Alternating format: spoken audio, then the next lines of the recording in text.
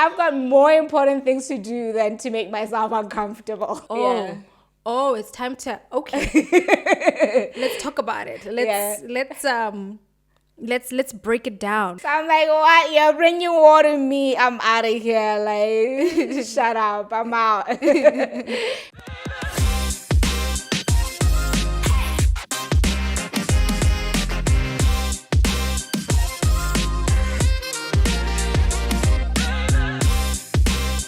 The sapiosexual platter. How often have you refrained from expressing your true feelings because you wanted to avoid conflict?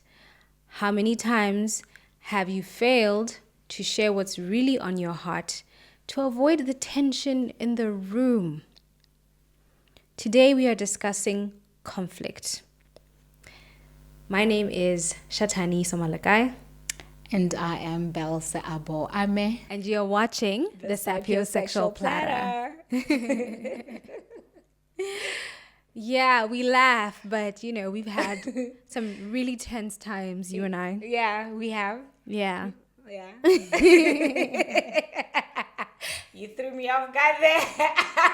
I wasn't expecting that. I couldn't predict that. Yeah. Mm-hmm. I think lawyers have a natural knack for just being in conflicting situations. Yeah. Apparently, I think there was a joke one time to say, lawyers will be in a room screaming and shouting, and then when it's done, it's just like ha ha ha ha ha. Yeah. That time, everybody who's invested is like, "Oh, are you guys still friends? Like, what's happening?" Yeah.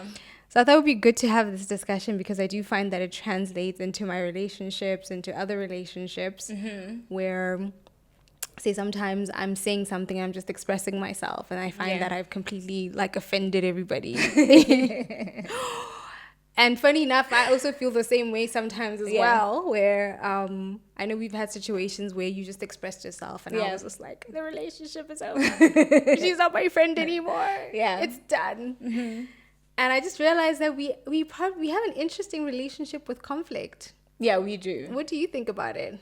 Our relationship with conflict, that's happening between us?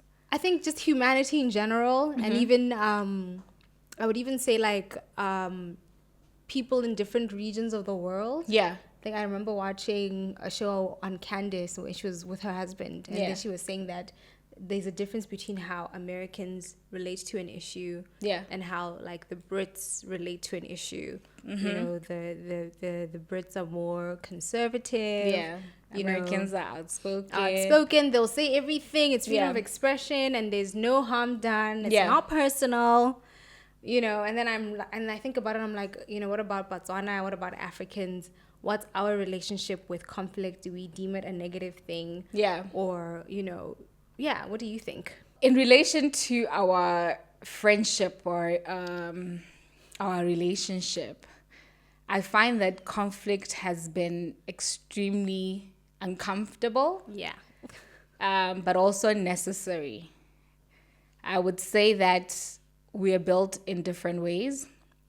You can go to task. You can go to war. Yeah. And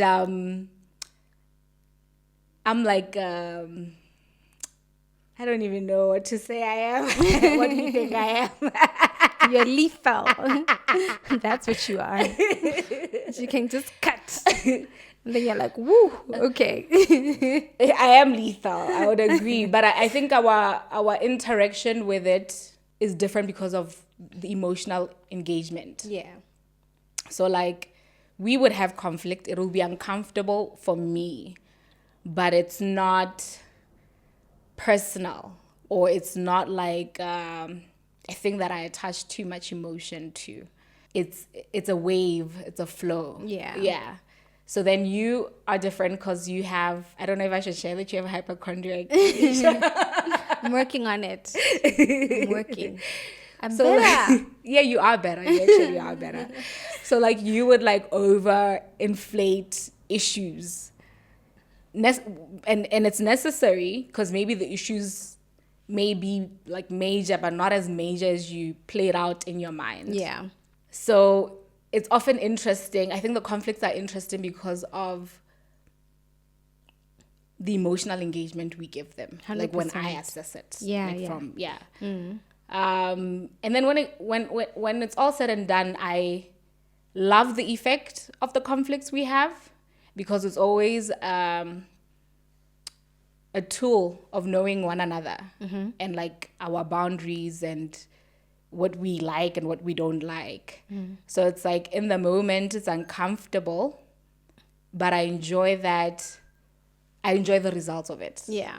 I enjoy the results of it. We maybe know where I can touch and where I can't touch, where I can go and where I can't go. And in the moment, it's uncomfortable, but I think it develops a lot of intimacy as well. I think the most intimate relationships are the ones that have conflict. And when I look at our relationship and I'm like, what is it? What makes it different from other ones? I'm like, yeah, we have a closeness, and that can create certain turbulences at times. But then it's like once you overcome that obstacle, things are more refined and better. And then in the world, I'm loving what Donald Trump is doing. He be creating conflicts with everybody and everybody. Yeah. But I think conflict is just necessary to enact change. It's extremely uncomfortable, especially when you come from where we come from as Botswana. So in Botswana, we have a relationship with respect. It's one of our values, Botho, Ubuntu. I think the popular term around the world is Ubuntu. Yeah. So you would find that it breeds this nation of people who are just extremely avoidant of conflict. I don't think we have healthy, emotional, what's that word that you were using before we started? Collaboration. They don't have a healthy emotional collaboration with the emotions that come from conflict, because of this value of Botho that makes them very I don't know what is the politically correct term for like coward behavior. I think avoidant. Avoidant is very strong. What do you think fundamentally in a human being's makeup is what influences how they interact with that conflict? I think fear. Okay. Fear of losing connection. Okay. So I realized the reason why you and I are able to proceed is that from the onset with different conflicts, I realized that after a moment where I thought the relationship was done, he would still come back. So dramatic. He'd still come back. I'm like, oh, we're still friends? Oh, huh. We're still friends. Okay, we're still friends. You know? And so I realized that a lot of people are afraid of losing relationship. Yeah. Whether it's your job, you're afraid that if you confront your boss that he's going to say you're fired. Yeah. You're afraid that if you confront your spouse, they're going to ask for a divorce. You know, you're afraid that if you confront a sibling or, you know, it just marks the end of a relationship. So I think a lot of how we interact with conflict is our fear of what happens post the conflict. Yeah. And the fact that we are not in relationships where there is comfort, that you can express yourself, throw the tantrum, throw the fit, but after the fact, you know, we're still good on the other side. Yeah. I still love you anyway. Exactly. Certainly it's going to change the dynamic of the relationship. Yeah. But how about be open to the fact that it might actually change the dynamic of the relationship for the better?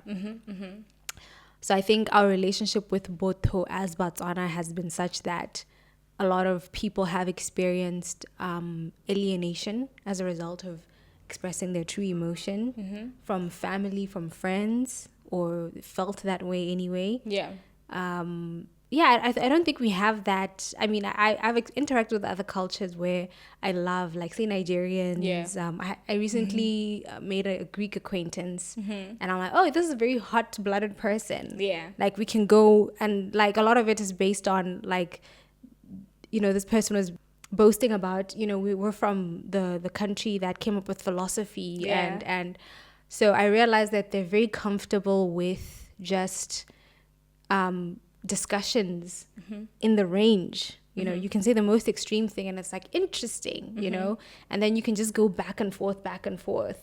And then after you go back and forth, it's like interesting perspective. Anyway, moving on along. Yeah. And you're like, oh my gosh, I just expressed myself and I said everything I wanted to say. Yeah. In the extremity of how I wanted to express it. And afterwards it was like, ha, ha, ha. Yeah. You know, and then I just find it very refreshing. Whereas, you know, what I experienced sometimes growing up was you express how you feel. You're not part of the friend group anymore. Yeah. You're labeled something. You're not difficult. You're not, you know, Prima donna. you're not embraced in the same way because of the ideology that you've expressed or that you feel. So I think that's part of what impacts how we deal with conflict. And then, of course, being avoidant, we call it boto. But I think boto is really more used as something to, again, avoid dealing with the conflict. To say, I'm not going to deal with it. I'm just going to say my morals or my culture or my religion prevent me from, you know, really addressing this issue head on. And I guess it's also a mixture of both and being a Setswana culture as well as Christianity as well, which says you must turn the other cheek. You know, those who are meek will inherit the kingdom of God. Yeah, being that Botswana is predominantly majority Christian. Yeah. So those Christianity reinforces the behavior. Yeah. So it's almost like you're going against the grain of Christianity Yeah. when you address issues. And then, I guess you pick the scriptures you like, because when you read about Jesus, I thought he was very confrontative. You know, people came and said things. He had a fast answer, you know, for everybody. So I'm like, I don't know why I can't have a fast answer, but what I do is just like, yo, it's done. Yeah. So I think, that's my assessment of our relationship with conflict as Botswana people and where it stems from. When I heard you talking, I think you dabbled into something that I was reading upon, which was like attachment styles. And I realized from what you were sharing that you possibly came from that type of attachment style. Yeah. Of what is it called? It's anxiously attached. Anxiously attached. Because I feel like you're right to say that a lot of people avoid conflict because of fear.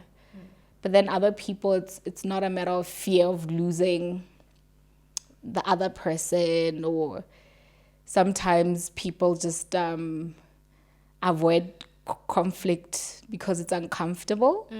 For the person to be, I don't fear what would happen, like post in the now. I just prefer not to engage in this exactly uncomfortable experience. That's her. I don't even know what that attachment style is called. I think it's avoidance something. I don't know, like, because I'm just like, I don't understand. Like, I've got more important things to do than to make myself uncomfortable. So I'm like, what? You're bringing water to me. I'm out of here. Like, shut up. I'm out. And then they'll be like, oh, the friendship has ended. It's like, no, I was being myself and just being the avoidant that I can be with. It's just like, I don't want to partake in that. I'm not even thinking what's happening after, what's the impact. I'm just like, take it away. I don't want it. Yeah. So there is that aspect of fearing the post effect of the conflict. And then there are just some people where it's just like, can we just do some telepathic solution to to this? Like, Snap, and then it's done, right? Yeah. Where do you think that comes from? The avoidance. I know I'm definitely not avoidant. For me, it's like, Yeah. it's time to, okay, let's talk about it. Let's break it down. What did you do on the other day, and what did you do, and what happened the other day? Yeah, and let's go. But like with you, it's like just even beginning. It's just like I'm out of here. I'm done. I don't engage in and this. you'll do this thing where you try to make it more difficult by being super stubborn about a specific point, and it's just like, that's not true. And you'll be like, it is true. And then like we'll go back and we'll just be circuitous. You do the same thing. No, you do it worse. I do it worse, but you do the same thing. You're bad. I don't even know, hey. Like, you talked about your childhood, about how you'd say bad things and or like want to confront certain things, but it's like, it's bad. Yeah. I think one, it's like when I reflect, it's just more an introverted attribute where it's like I have so many conversations with myself Right. than other people. Yeah. So it's like feeling like there's a conflict here. I see it, but I can sit down with myself and break the different perspectives of the situation On your own. on my own, and then come back to center and reason and peace Yeah. and kindness on my own. Yeah. Like I don't need to flesh it out. Certain things you do need to flesh it out, but it's not everything I need to flesh out. So most times it's just weighing what deserves the fleshing out and the discomfort and what doesn't. There's certain things where I'm just like, okay, that's uncomfortable, but moving along swiftly. Right. It doesn't take so much from me. I can bring myself to center with this. And then there's certain things where it's just like, okay, this is really uncomfortable. And because emotions are so charged and immense, when, as an introvert or whatever the way that I'm wired, when it's happening in the moment, I'm like, are the feelings that I'm having valid? Are they well informed? Because when your emotions are high, your intelligence is low. So it's like, am I seeing this the right way? Am I, rationalizing it the right way, perceiving it the right way, beyond how fed up I am? So before I come to make the decision of whether something is worth the discomfort of the conflict, I would sit with myself and calculate the energy that will be expended. Is it worth expending energy by confronting it?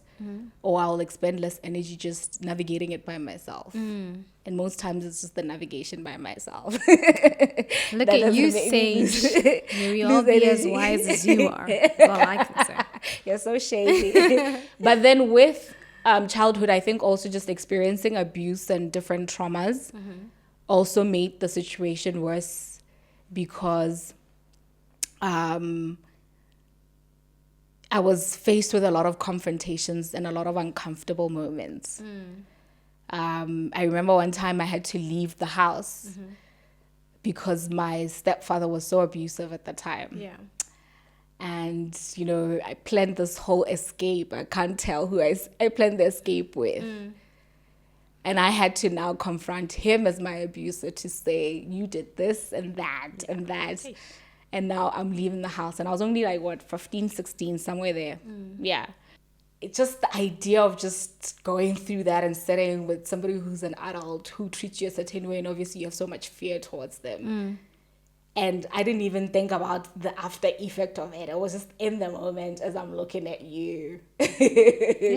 And having to tell you what a crappy human being you've been to me. It's scary. So I think from just that moment, I was just like, I don't want to have a lot of these type of experiences in my life. I don't want to have to sit down and feel something similar to the sensation. So I think now in adulthood, it's like, okay, the feelings of confrontations come up and they trigger certain memories Oh, wow. that I don't care to have. Oh, wow. So it's like, I'd rather just not. I think I've just had such an aha learning moment right now. Yeah, because I think because I tend to want to flesh things out. I've never thought like in fleshing things out, the people who are avoiding the conversation are avoiding the trigger of traumatic events that they've experienced. Oh, shame. Aw, guys. Aw. I laugh at everything. Even Oh, when I'm wow. open, I That's laugh. deep. Sure. Okay. Yeah. What a learning moment. Yeah. Yeah, because to me, it's not personal. It's just fun. It's Yeah. intellectual. It's sapiosexual. Yeah. I'm just like, yeah, point 1, point 2. But point I'll 3, disagree point 4. though, because you can dish it, but you can't take it. No, I can't. Yeah, that's where we're different. It's like, for me, it's like, that's why I was like, our emotional engagement is different, because it's like, when it's dished out to me, I'll be like, okay, and I would have a response or a fight for it. But it's like, it's not too decentering. It shifts me a little bit, but it's not like taking me to the extreme end and I'm like, okay, That was, and then we move along. With you, rata, rata, rata, ri, ri. And then the moment you dish it to her, you have my feelings. You can't say that. I'm like, did you just hear yourself? Did you just hear yourself? I think it's relative, you know. I think it's. But where is that coming from? I really want to understand that. The hurt feelings. No, like the sensitivity, like the expression that is potent and punchy. Yeah. And lethal. Yeah. That is like when we turn back too much sensitivity to it. I think that I feel like in my mind, I engage with parameters of politeness, at least in my mind. In my mind. In my mind, I'm using the right words. I'm trying to express within certain boundaries. Yeah. And then I feel like when people then say it back to me, then they'll either use a cuss word, you know, they'll say something just this below the belt. And I'm like, can we stay in the framework of intellect? Because but even when it's within the framework of intellect. What do I do? My girl, you know what you do. You know what you do. You know. So I think that's another thing about conflict. It's communication.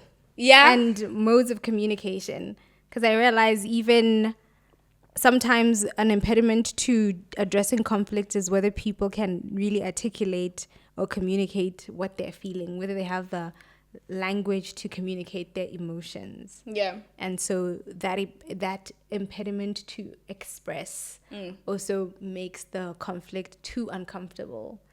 And it's like, I'd rather not, because I know what I'm feeling, but I can't communicate it. But you know what I just thought about right now when you're talking? How the issue of language, like when you are upset, it's like you get upset in your mother tongue, in your first language. Yeah. So like if you're having a conflict with somebody like you, whose mother tongue, well, you have a different mother tongue, but now acclimatized to English. Yeah. Then a person who speaks Setswana like I, the barrier between us is if we're having a back and forth, yes, and what that's I don't even, because I have to meet you at the intellectual level and express in English. And that limits the vocabulary I have access to, because I need to It could be more punchier. You would even say worse. I beg. So like I'm limited in terms of like what's available to me in terms of language to express some silly behavior she does at times. And then it's like now she's sitting here reading me to filth indirectly, like, yeah, and then some people don't have the words to express themselves and they end up cursing. I'm like, let's dissect a conflict in Setswana. Then I'll see what you'll say to me. Nothing, I'll cry. The truth. But yeah, I think this conversation is great because it's just showing the different facets of conflict that you have. Communication barriers, you have language barriers, you have trigger barriers in terms of traumas and things like that. You have attachment barriers, like, are you an avoidant? Are you anxiously attached? You know? And I can see why in the end it's like, you know what, let's just not do this. Let's just sweep this under the carpet and move on. But I think there's so much danger in, sweeping things under the carpet because, they obviously fester. I learned that the hard way. I learned that the hard way is an avoidant. Now I'm securely attached because I just be confronting everything that happens. I'm just like, what did you say? Say it again. Now I'm not afraid. And it's so funny getting her used to me who confronts issues, because when we began our closeness, I was like an extreme avoidant. I just used to sit around and just listen and watch things. And I'm just like, yo. And then like one day I just had a switch when I had my own learnings. And it was so interesting seeing me move from the avoidant to like a confrontational person or very expressive. And like how she'll be like, and then you put me in a child's pose. I'm like, I've been in child's poses in my silent years. Now I'm just coming because I realized she's such a strong character, and I was just like, always, and then one day I'm like, yo, I'm gonna either leave this relationship one day, if God forbid, being so resentful because you would express, because you're also extroverted, and I will just be observing.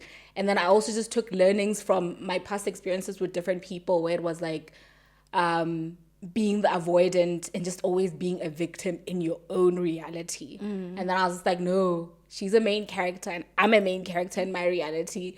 And if she dishes, I can dish it back as well. And I find that it's been better. It's been refreshing.